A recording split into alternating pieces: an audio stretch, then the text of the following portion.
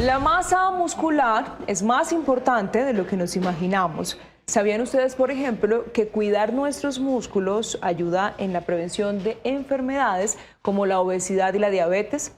Pues para profundizar un poco más sobre este interesante tema nos acompaña hasta ahora el doctor Jorge Castillo, médico internista e endocrinólogo de la Universidad Nacional de Colombia. Bienvenido, doctor Castillo. Muchas gracias por tu invitación. Doctor Castillo, entremos ya en materia y comienzo por preguntarle si se considera la pérdida de masa muscular una enfermedad. Sin lugar a duda, el problema es que no la habíamos visualizado. Las personas van perdiendo masa muscular, pero pueden ir ganando al mismo tiempo grasa y por lo tanto no nos estábamos dando cuenta, hasta que llega un punto en que se vuelve crítico y ya se vuelve enfermedad. Y es lo que nosotros conocemos como sarcopenia. Ahora, ¿cómo se relaciona la pérdida de masa muscular y la diabetes? Recordemos que la diabetes es un aumento del azúcar en la sangre o de la glicemia. 80% del azúcar por influjo de la insulina va a parar a la masa muscular. Si no hay masa muscular, este azúcar va a terminar yendo al hígado o a la grasa. Entonces entenderás que a menor masa muscular, mayor probabilidad de que estemos aumentando la cantidad de grasa corporal. Y el azúcar no va a tener dónde guardarse y por lo tanto vamos a tener elevación de los niveles de glucosa. Doctor Castillo, ¿y por qué la población se está haciendo cada vez más obesa? Hay muchas teorías sobre eso. Podemos hablar de un modelo económico en el cual hoy tenemos una mayor facilidad para adquirir calorías muy densas, es decir, en poquitos volúmenes vamos a tener muchísimas calorías, pero también entenderás que cada vez hacemos menos ejercicio, nuestras actividades implican un menor gasto calórico, pero creo que lo interesante aquí es empezar a entender que el hombre en la medida que envejece va perdiendo su masa muscular y eso va a hacer que su gasto calórico, es decir, esas calorías que nosotros gastamos durante todo el día, inclusive en reposo o durmiendo, van disminuyendo. Por lo tanto, estamos ahorrando calorías y eso nos va a llevar a aumentar de peso. Y ahora, ¿por qué no han funcionado, por ejemplo, las medidas implementadas en términos de prevención de obesidad y por ende de diabetes? Es complicado, pero yo pienso que faltan políticas serias a nivel nacional. Por ejemplo, nosotros en Funcoes creamos lo que se llama la ley de la obesidad, pero todavía no la hemos implementado. Es decir, pareciera que desde el punto de vista político no ven la obesidad como algo importante. Nosotros como médicos sabemos que la obesidad es una de las causas, o si no la más importante, de casi todas las enfermedades crónicas. Vamos hablando de insuficiencia cardíaca, vamos a hablar de hipertensión arterial, la misma diabetes, y podemos ir un poquito más allá, por ejemplo, como causa de caídas, que es la consecuencia de tener una osteoporosis.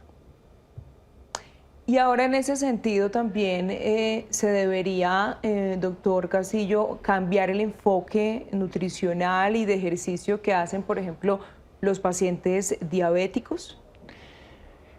Me quisiera extender en esto y sí, mire, yo vengo quizás leyendo de este problema desde hace unos 20 o 25 años. A mí me llamaba la atención cuando era estudiante de medicina porque la distribución de los macroelementos de la nutrición como son la proteína, los carbohidratos y las grasas favorecía el alto consumo de carbohidratos en pacientes diabéticos. Un diabético es un intolerante a los carbohidratos. A mí lo que me decía la lógica es que teníamos que bajar los niveles de carbohidratos. Sin embargo, las recomendaciones de las diferentes sociedades científicas es aumentarlas hasta un 55, un 60%. Al investigar me di cuenta que en el año 1969 unas guías aumentaron el consumo de carbohidratos precisamente porque pensaron que si recomendaban más cantidad de proteína se podía dañar el riñón. Y de alguna manera algunos estudios demostraron que disminuir la cantidad de proteína podía proteger el riñón en términos de daño renal por la diabetes. Y digamos que esto se mantuvo casi hasta hace una década. Cuando nos empezamos a dar cuenta que restringir la proteína no tenía ningún beneficio sobre el riñón, no tenía beneficio sobre el control del azúcar, es decir, no servía para mucho. En cambio, muchos estudios en empezaron a mostrar que el aumento de la proteína podía generar masa muscular y el músculo podía absorber mayor cantidad de diabetes y por lo tanto se ha vuelto un órgano importante no solo para la diabetes sino para la obesidad.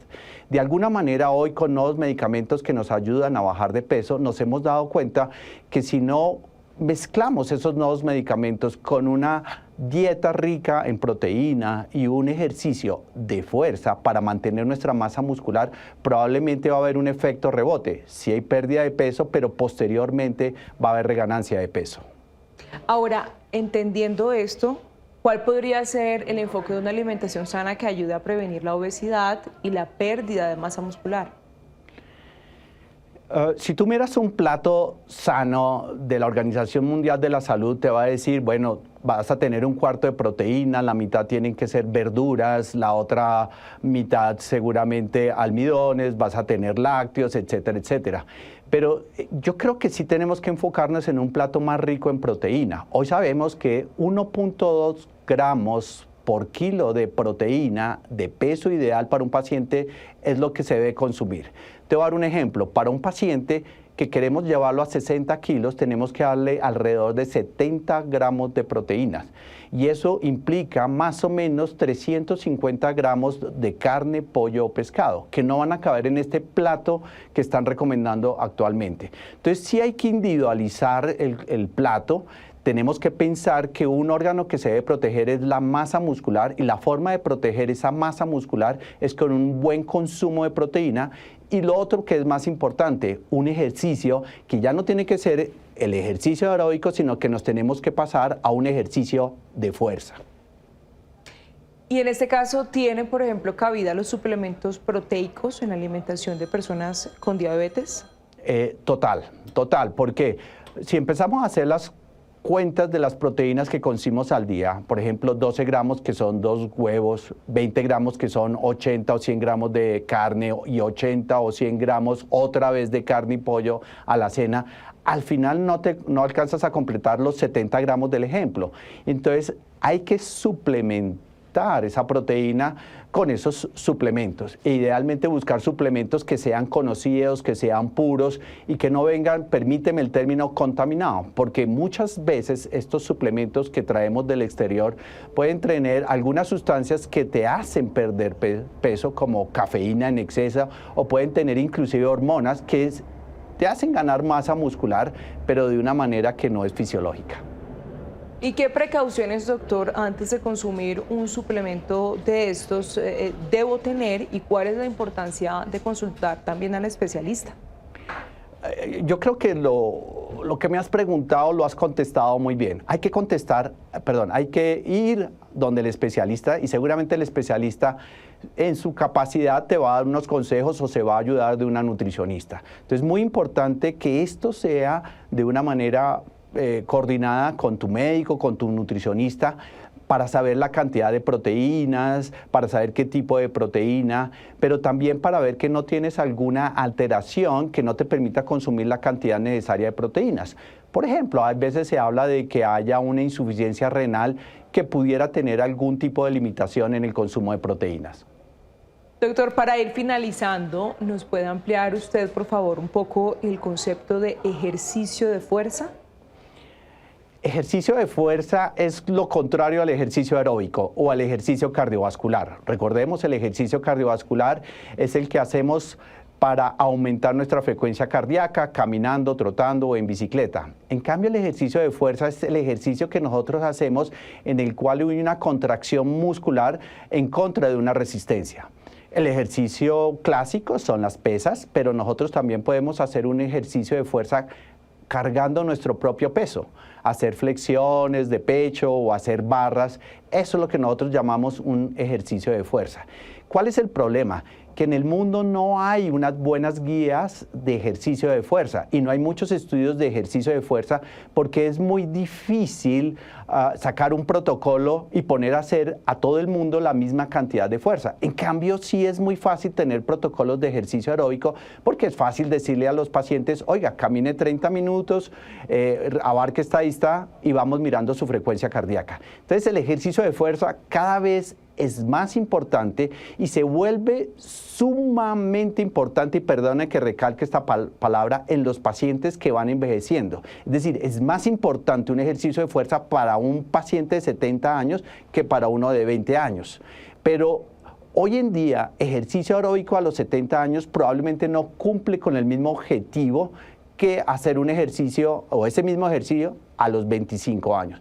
Por lo tanto, si queremos perder peso, la tendencia hoy en día es recomendarle a nuestros pacientes más ejercicio de fuerza. Pues doctor Jorge Castillo, muchísimas gracias por su tiempo en Noticias Caracol Ahora y también por estas recomendaciones tan importantes. A ti, muchas gracias.